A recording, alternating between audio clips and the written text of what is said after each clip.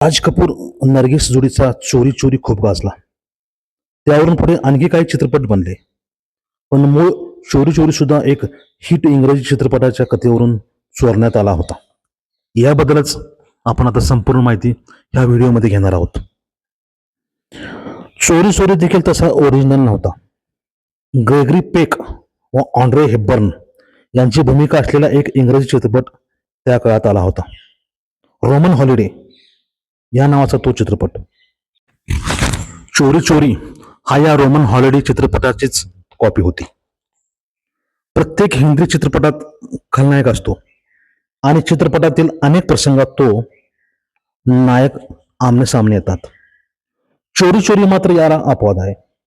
या चित्रपटात खलनायक प्राण आणि राज कपूर यांना आमने सामने आणणारा एकही सीन नव्हता. चोरी चोरीचं आणखी एक वैशिष्ट्य म्हणजे अनेक विनोदी कलाकार या चित्रपटात एकत्र आले होते.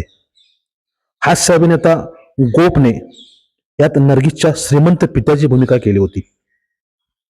चोरी चोरी नंतर सजनी, नया अंदाज, बारिश, नाईट क्लब सारख्या काही चित्रपटात तो दिसला, पण चोरी चोरीच खऱ्या अर्थाने त्याचा शेवटचा महत्वपूर्ण चित्रपट.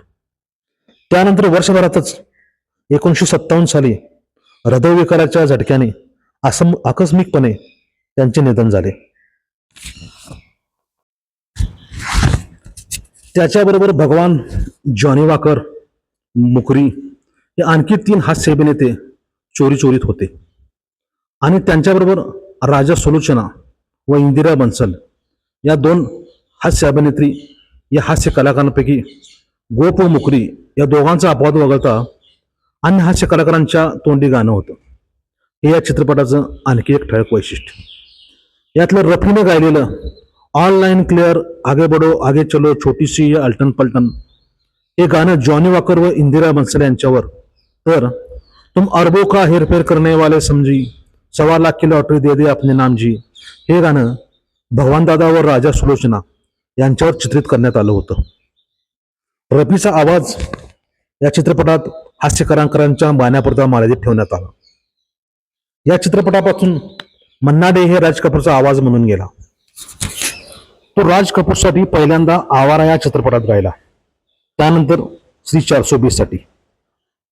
मुकेश बरोबर राज कपूरसाठी गाणारा एक आवाज हेच आपल्या चित्रपट संगीतातील तेव्हा त्याचं स्थान होतं. पण चोरी चोरीत मात्र त्याचा आवाज मुकेशच्या आवाजाला उणे करून पूर्णपणे राज कपूरचा आवाज म्हणून गेला होता. मुकेश तेव्हा निर्माता, नायक व संगीतकार बनून अनुराग या चित्रपटाची निर्मिती करीत होता. या चित्रपटाच्या व्यापामुळे इतरांची गाणी गायला तेव्हा त्याला वेळच मिळत नव्हता. राज कपूरसाठी गायचं देखील काही काळ त्यानं तेव्हा बंद केलं होतं. यामुळे चोरी चोरीचे संगीतकार शंकर जयकिशन यांनी या चित्रपटात राज कपूरचं गाणं पूर्णपणे मन्ना डे करून सोडलं होतं. चित्रपटाच्या निर्मात्यांचा ही गोष्ट न रुचल्याने त्यांनी रेकॉर्डिंगच्या वेळी मुकेशच्या आवाजाचा आग्रह धरला. मन्ना डेच्या आवाजाला विरोध केला होता, पण शंकर जयकिशननी हा विरोध जुमानला नाही. चोरी चोरीत मन्ना डेचं एकही सोलो गाणं नव्हतं. या चित्रपटातील ये रात भीगी भीगी ये मस्त फिजाए, आजा मधुर चांदनी में हम, व जहां मैं जाहूं वहीं चले आते हो हे 3 गाणी मन्ना डेनी लताबाईबरोबर गायली होती.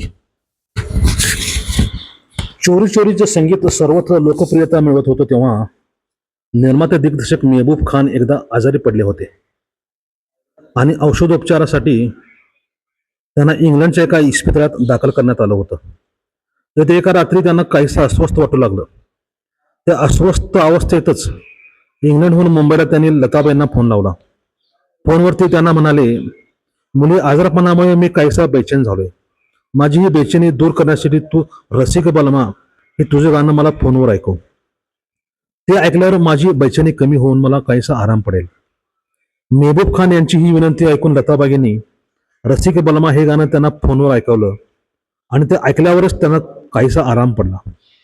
चोरी चोरीमधलं शंकर जयकिशन यांच्या संगीताचा प्रभाव हा असा होता आणि या चित्रपटाच्या संगीतासाठी त्यांना 1956चा फिल्मफेअरचा सर्वश्रेष्ठ संगीतकाराचा पुरस्कार मिळाला होता.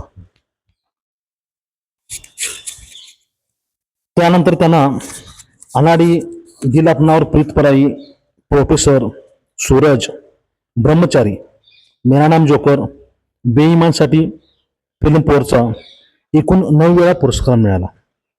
त्यांच्या या फिल्मफेअर पुरस्काराची सुरुवात चोरी चोरीने केली. हसरत व शैलेंद्र या चित्रपटाचे गीतकार होते. तुम आंखों का हेरफेर, ये रात भीगी भीगी, जहां मैं जाती हूं, मन भावन के घर जाए मोरी ही या चित्रपटातील 4 गाणी शैलेंद्रनी लिहिली होती व बाकीची 5 गाणी हसरतने.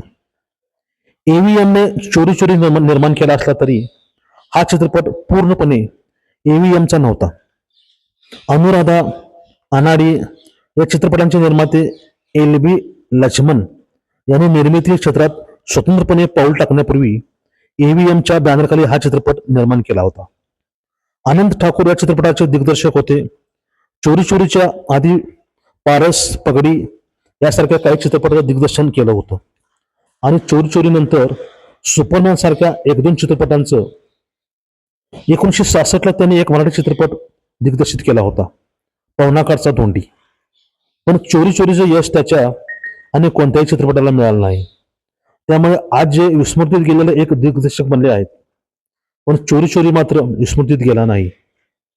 आजही अनेकांना आठवणारा चित्रपट म्हणून या चित्रपटाची आठवण मागे उरलीच आहे.